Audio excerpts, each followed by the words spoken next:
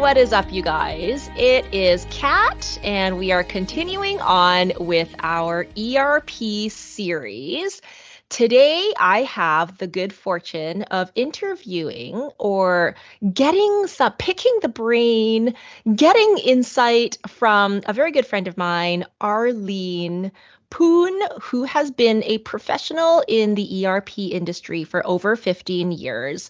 She has been instrumental in implementations at large scale, particularly construction type organizations or organizations that support the construction industry.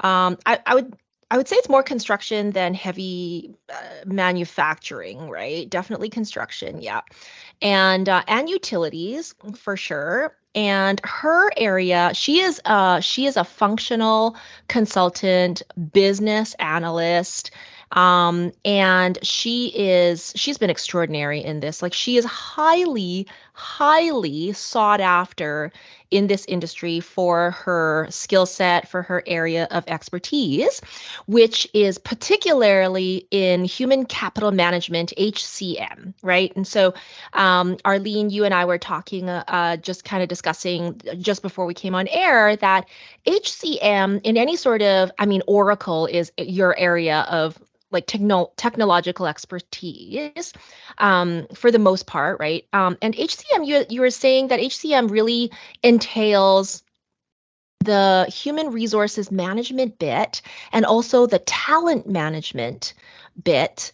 And so that's interesting because, like, whenever we think of, or I guess whenever I think of ERP, I don't necessarily, like, I always think of the financials bit, but it's really, it's definitely infused in everything, and it's like a foundational layer for all things, like all modules, right? It all starts in HR, and other areas as well, but HR is where all of your employees and like the base and your organizations, the organizational hierarchy is maintained, right? I feel like I just kind of gave you a whirlwind introduction. So is there anything that I left out that you want to sort of augment and about yourself and your expertise? No, thank you for the awesome introduction. Tell us about HR. What is it like being a business analyst in HR? What would you say are the most amazing parts and fun parts of being like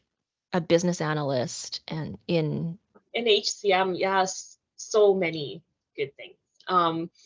And mostly because HR, they take care of their people. So they value, people's work-life balance, and you know how it is on these implementations. You're working hours and hours, and it's not often being on both sides, inside HR and outside.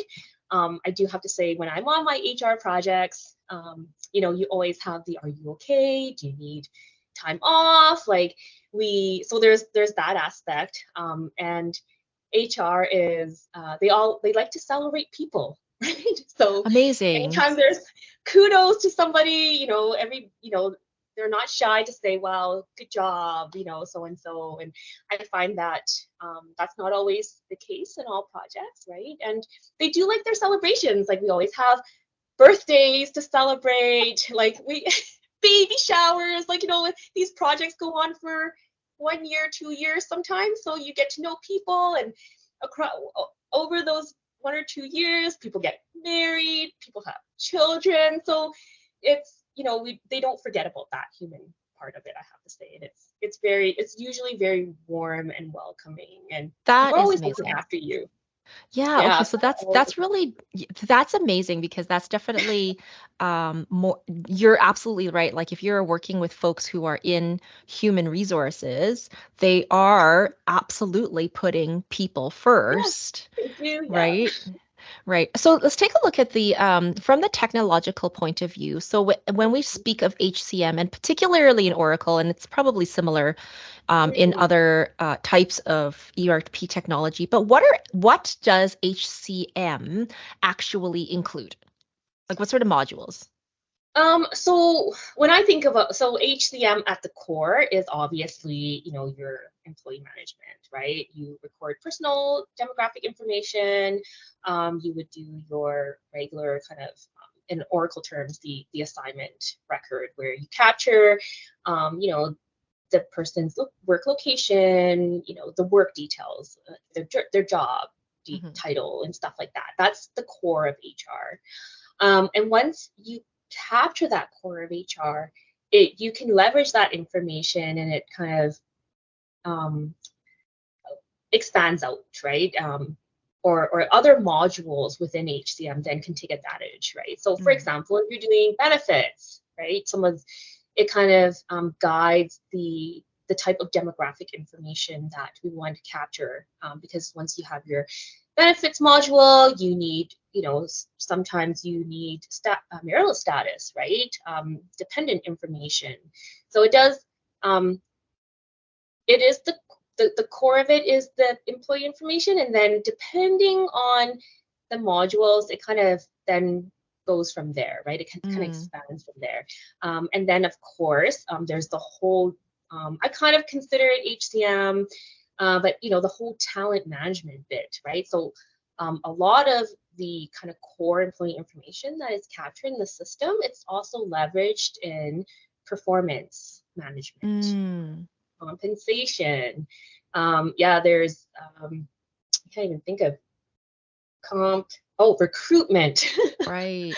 Yeah. So, I mean, I kind of see it when people say core HR, it is the kind of demographic work information about a person.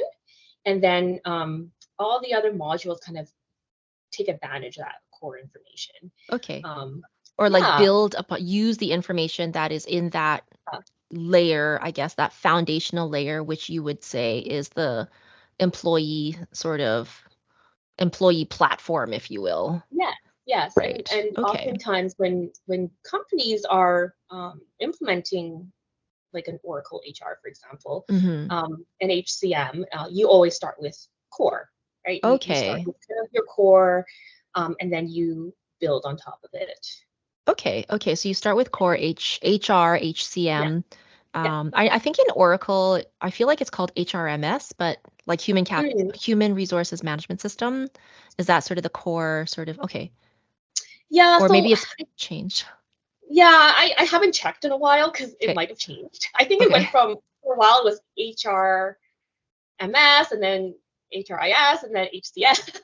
Oh, okay. Gotcha. Yeah, but a Right. lot of that incorporates core HR, and then depending on the product, when we talk about compensation, performance, that's kind of where the talent management is overlaid on top.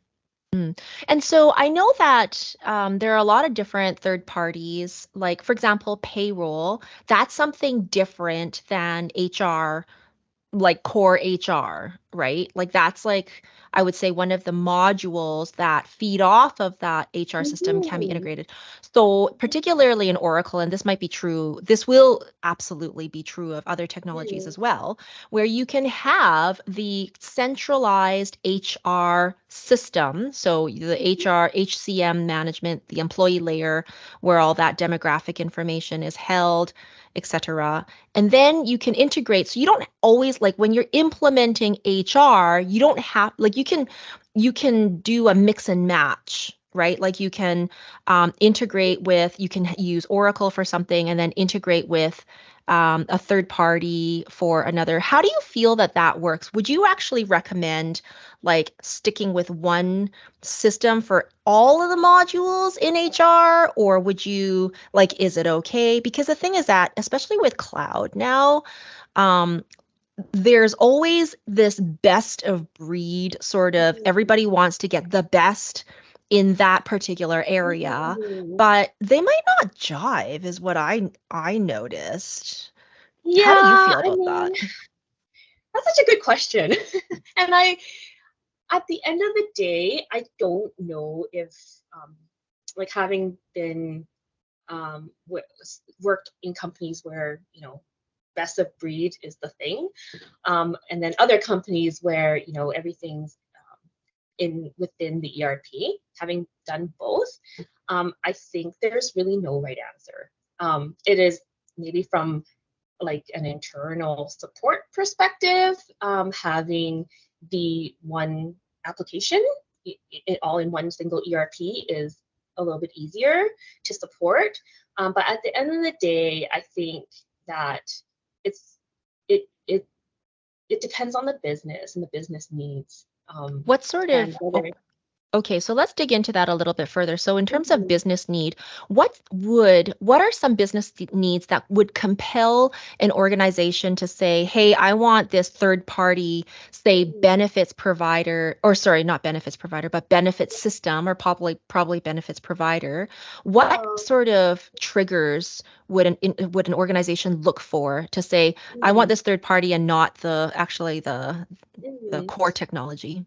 So I think it depends on the area. So for example, a lot of times, like, maybe core HR really works, right? Core HR Mm, captures the information, but when you get to like stuff like recruitment, for example, kind mm. of like the more upfront piece, and there's organizations that don't have a very straightforward, easy recruitment process, right? Like, Okay. there's a lot of companies do, but once you get to like bigger companies that have many, many, many different types of business units, like for example, City of Edmonton is a great example. They have so many different areas that they need to recruit, and it's very different, right? They could be recruiting someone from the field, Mm. or someone who's like a lawyer. Yeah, for sure. Well, sometimes what comes right out of the box is just too generic, and they just need Oh, I something that see. is a standalone recruitment application that is tailored to um, allowing companies to uh, customize maybe more of what they need, right? Because Okay. being on the ERP side, we know how it is. It's best practice, and sometimes customizations don't come easy, right? In Hmm. an ERP. So I can see why and understand why some companies would prefer to maybe purchase a standalone recruitment app that is tailored to um, different Okay. needs. Right. So Of course, interest. there's Go yeah. ahead. You were going to say, Oh, I sorry. was just gonna say too, on the other side, on the flip side, with the third party, sometimes it's cost, right, to Mm. allocate your payroll, like to a third party to manage. So So that like that's it's very cheaper or it's more expensive?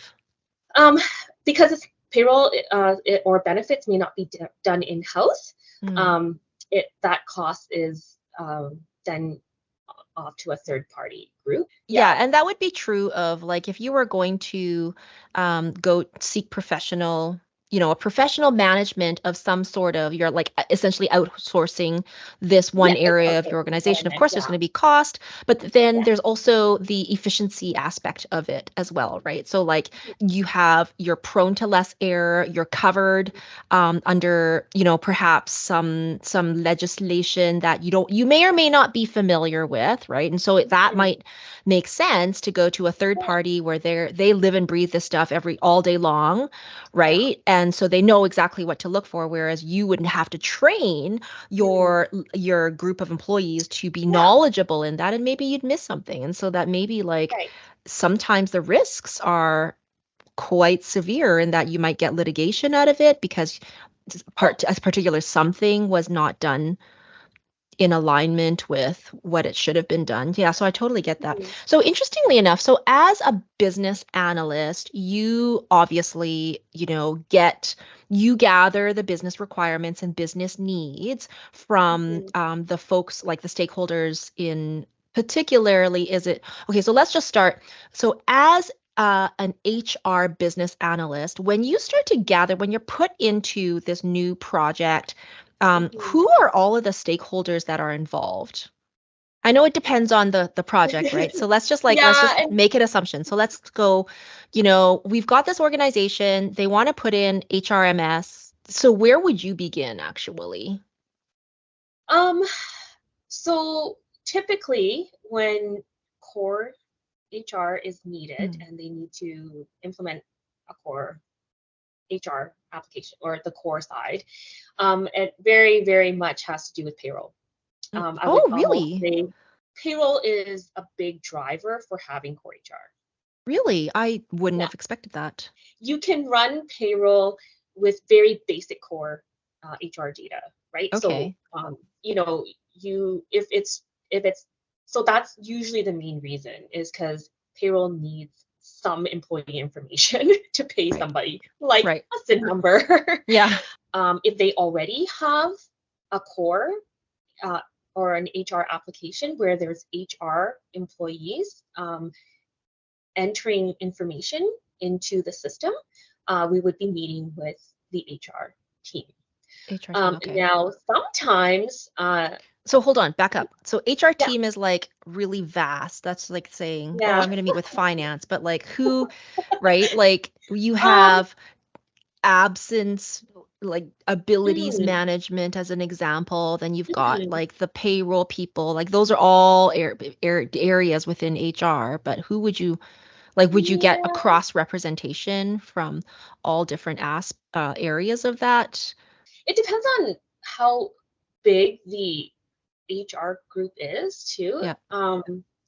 But it would be for sure if core HR is managed within HR, Yeah. for sure I would be meeting with kind of like the HR admin team, right? Sure. Because they're the Okay. folks that go every day um, maintaining day to day Right. the system. So And interestingly then, enough, why would HR not be managed with by the HR team?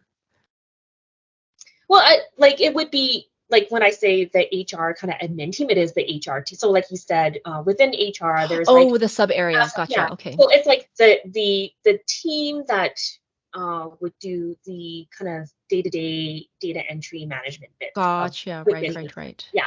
So Yeah. we've been meeting with them, and depending on how robust they want the core information to be, so if you want to tack on position management, which is another very uh, uh, I think what's the word I'm trying to look for? Position management is another very uh, it's another kind of is it a module? But it's another piece within Oh, core HR. okay. Okay. And so And so sorry, ones of what's their position management just for my education? Because oh I'm not really I familiar with. find okay, so position management is Is it the part that manages the jobs and all of the the like positions. the So like like for example, um, if you're in a system analyst one, your career path is then system analyst two, system analyst three, as an example. Would that be considered under position management? kind of, but even taking one step up, Oh, it's it's really used for companies that really want to manage their people oh, in a very structured way.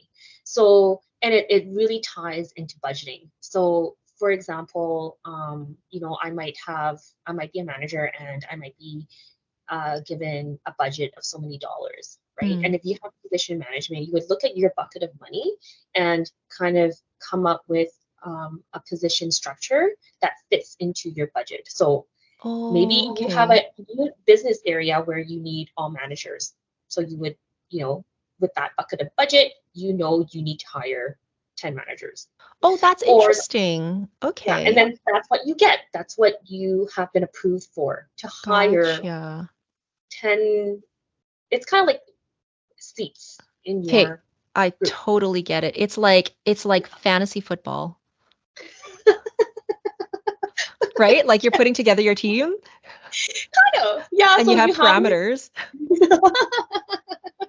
yeah, and you like, and if you need to go, like, so if you're allocated, let's say this is your team and you have two managers and, 20 analysts. Mm, And suddenly you decide that and that's what you have. So your position hierarchy will have you, your two managers, and your 20 analysts. okay. Now, when one analyst leaves, you can fill and backfill that particular seat. Gotcha. Now, if decide that actually, you know what, I don't need these 5 analysts anymore for our team. You know, for whatever business reasons, you can say, okay, I'm going to take, you know, usually this doesn't happen, but they're, you know, I'm going to take positions away. Usually you want to keep your positions and you want more. Yeah. So it's more like, oh, if I want another manager, right? Because I have 20 staff, it's too much. For my 2 managers, you would have to then apply for approval to Okay. So have another position granted to position. you. And then all of this can tie right into your recruitment as well. Oh, that's So yeah, like interesting. so it when you ask who is normally involved, it kind of depends on what they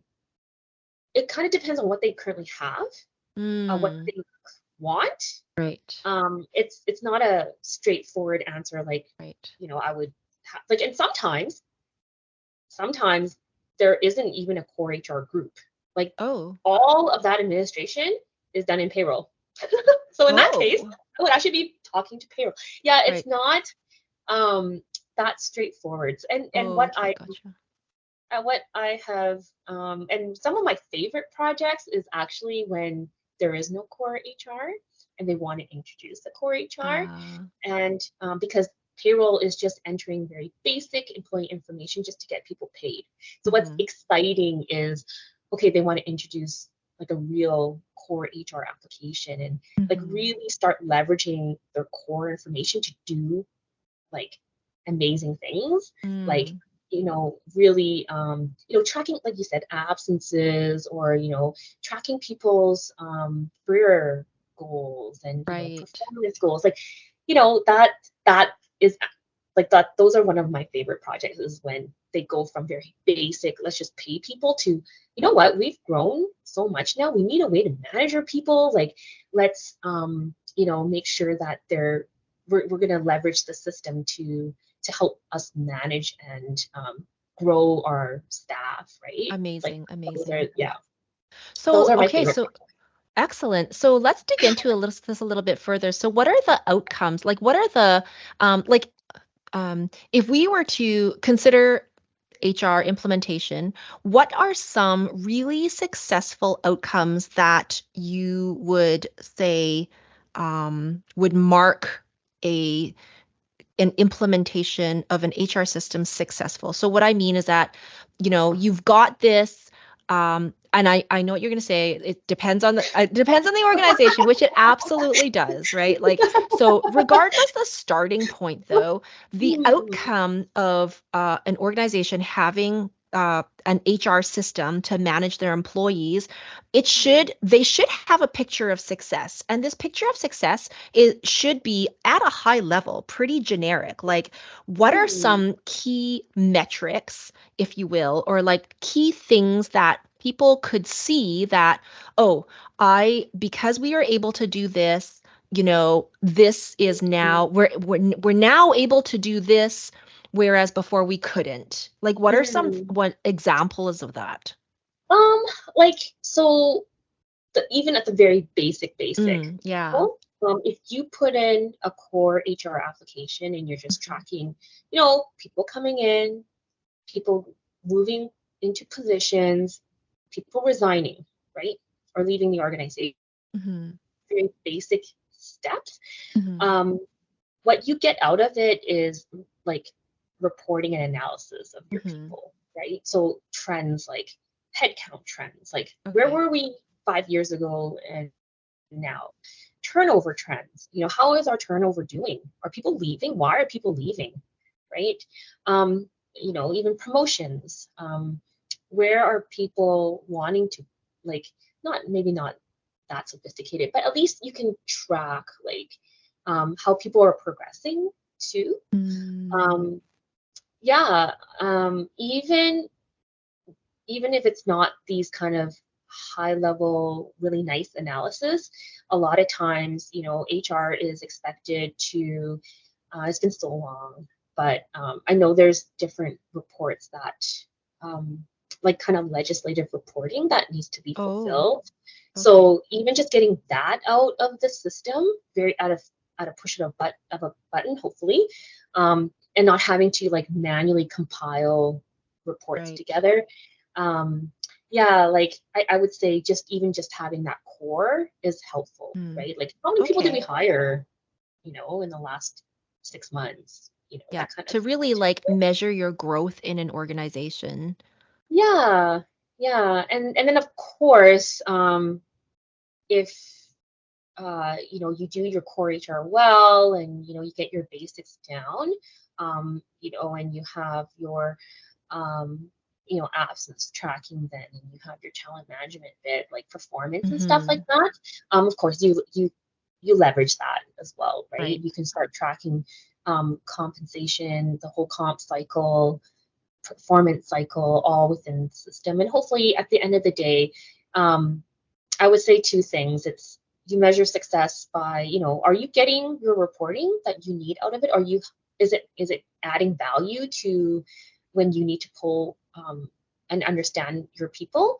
And also, are you able to leverage the technology to not have to do like paper document, Yeah, for sure. right? You're and that sometimes I think is still very much so in a lot of HR groups. Really. Like, yeah, like we're still, there's still like someone's spreadsheet going on, Yeah. someone's Okay. spreadsheet tracking something, right? Right. So, Right. That's yeah. interesting. Where do you, okay, so I have two questions, and I know we're running out of time, but so these two questions don't really have to do with the other. The first question is if an organization or like a team was thinking of, doing an HR implementation, what is the legwork that they should be doing first in order to prepare so that when they engage, what would be likely an external party to help them.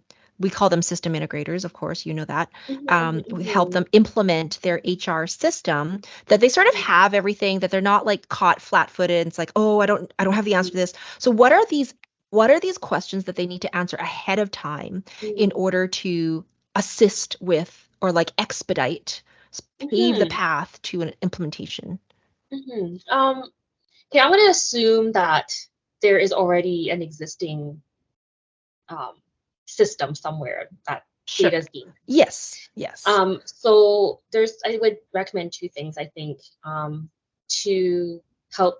Because normally when you go from whatever HR system to maybe like an ERP like Oracle, Yeah. oftentimes the implementer would go, okay, let's see what your current process looks like. Current So I process. would Okay. have, yeah, current business processes Mm-hmm. documented, Mm-hmm. and start thinking about your data and how clean that data Data. is. Because data conversion, like HR is so data heavy. Yeah, Mm, it would be start looking at your data. How clean is it? Or your okay. name is we see this all the time, is the preferred name and first name fields in your system clean? Are you using preferred name for preferred name? Like those, like there's, yeah, those are some of the Okay. examples. But Actually, those yeah, are that those two are in itself are really, really valuable. Sorry, you were going to say something. I spoke over you. oh no, I was just gonna say, yeah, current process and data. Start thinking about your data. That is immensely helpful. Yeah, I know Mhm. definitely data cleanup is often very, very laborious. And, it Mhm. just like if you have clean data up front, then it just makes, conversion and migration that Yeah, much simpler yeah, and faster even, yeah. right? Like it just takes a Mhm. very short time. So how do you go about like making sure that because like how do you know that? How do you go about making your data clean?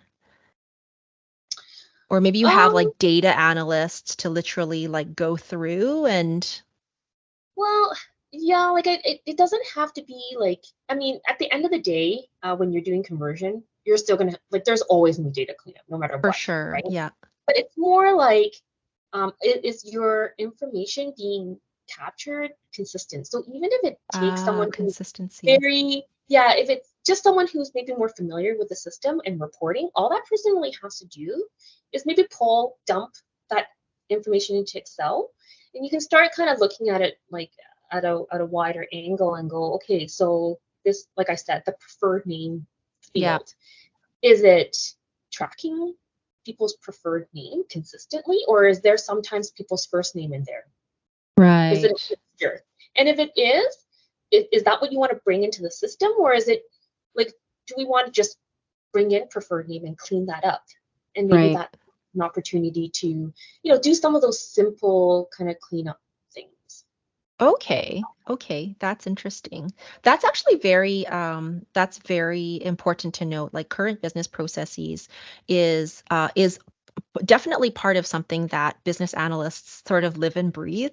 But if you are, obviously the recommendation would be to engage a business analyst to help you do that. And that's where, that's where the value of business analysts is, right? To help you go through from sort of an objective point of view. And because if you're like working with, and often I would surmise that people who work in HR, they've often been there a long time, or they were taught by people who were there for a long time. And so sometimes these business process steps are just like, they're so ingrained in your mind that you don't, like, you just assume that everybody kind of knows, but really, like, that's not true. It's just, it's special knowledge that you've acquired, right? Like, because of your deep experience with it, right? So that's really good to know.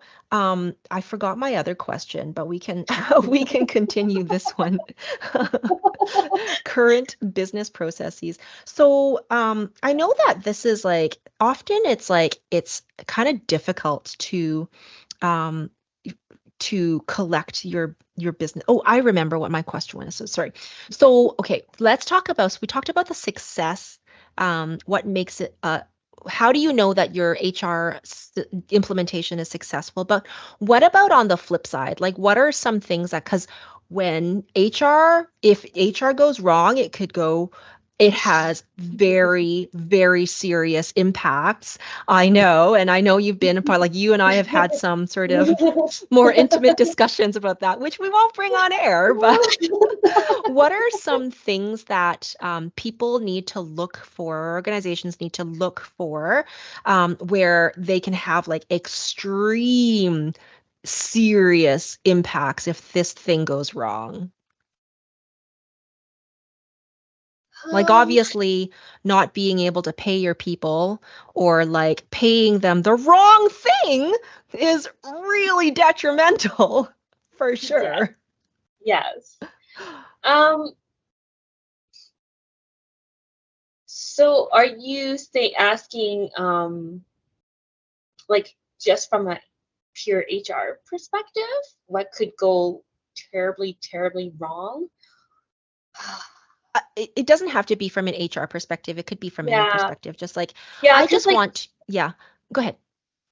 Oh, no, go ahead and clarify, please. Oh, I was just going to say, the reason why I asked you this question is because I want our listeners to sort of, if they're thinking about embarking on HR implementation, or even if they're in the progress or like kind of coming out of it or whatever, that these are some things that, these are some potential traps that they could fall into if they weren't aware. So what are those gotcha points, or like traps that people can fall into, landmines? It's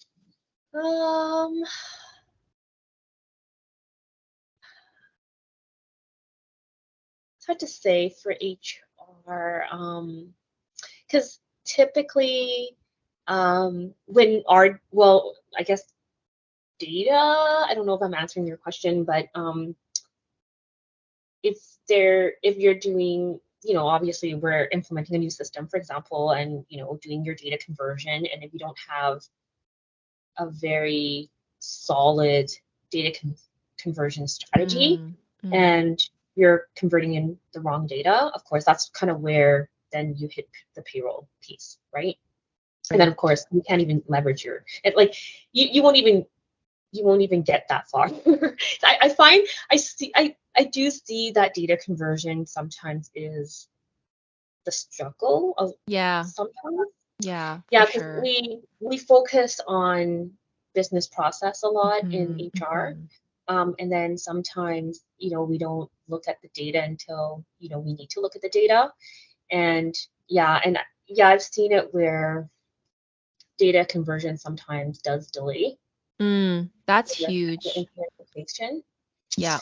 Yeah. I know that happened Um, in one of my recent projects, that data conversion, data migration was a huge issue, and that like held up weeks for sure, like right before go live.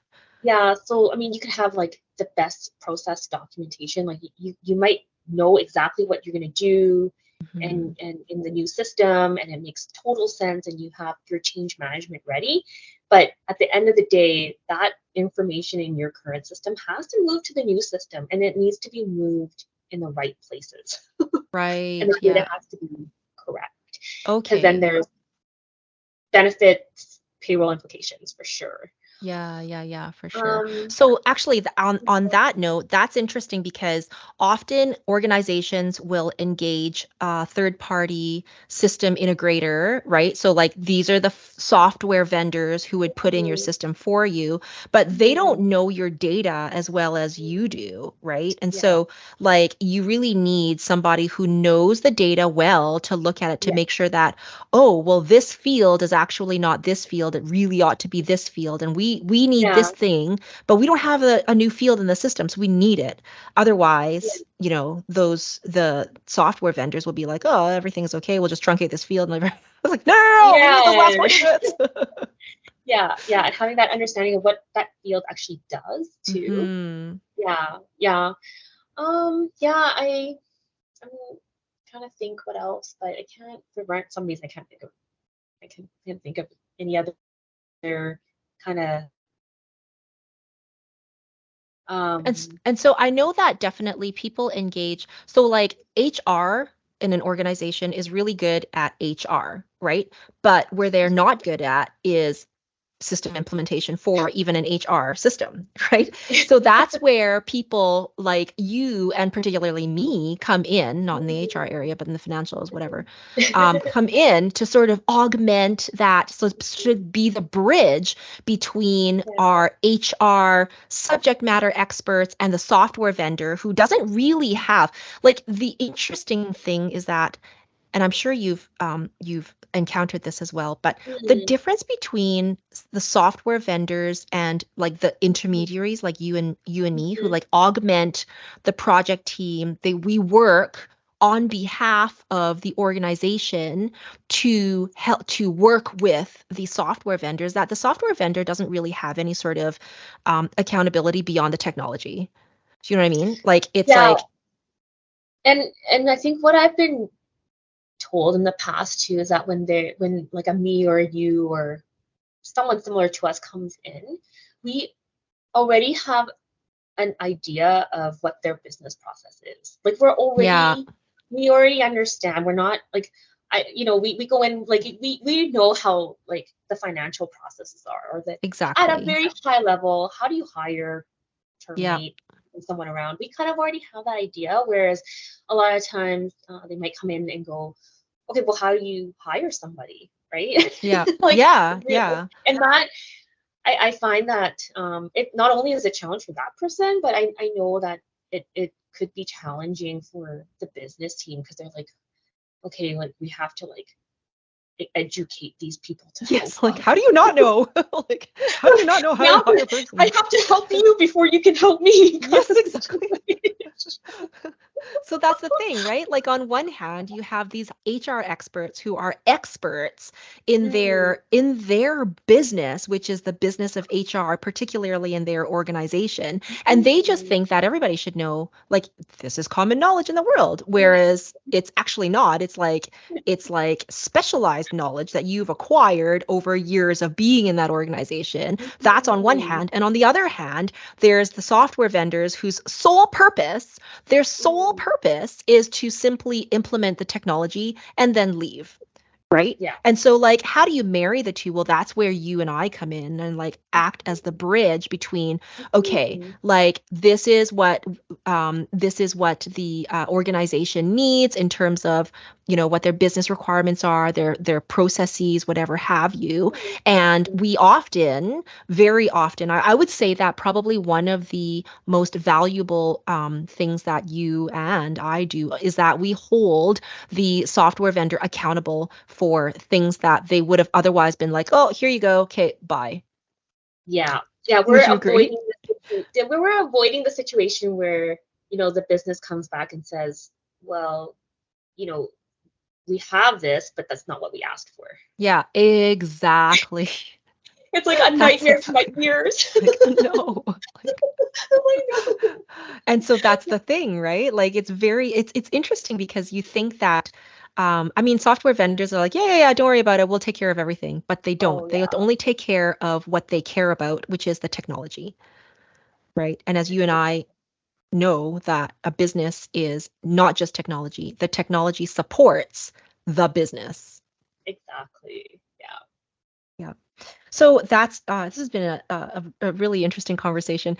I know you're in we're almost out of time, but are there any sort of final parting words of wisdom that you'd like to share with our listeners in terms of anything like ERP, what to look for? What are some nuggets that you can leave with us? Mm, I say that, you know, I mean, I don't know.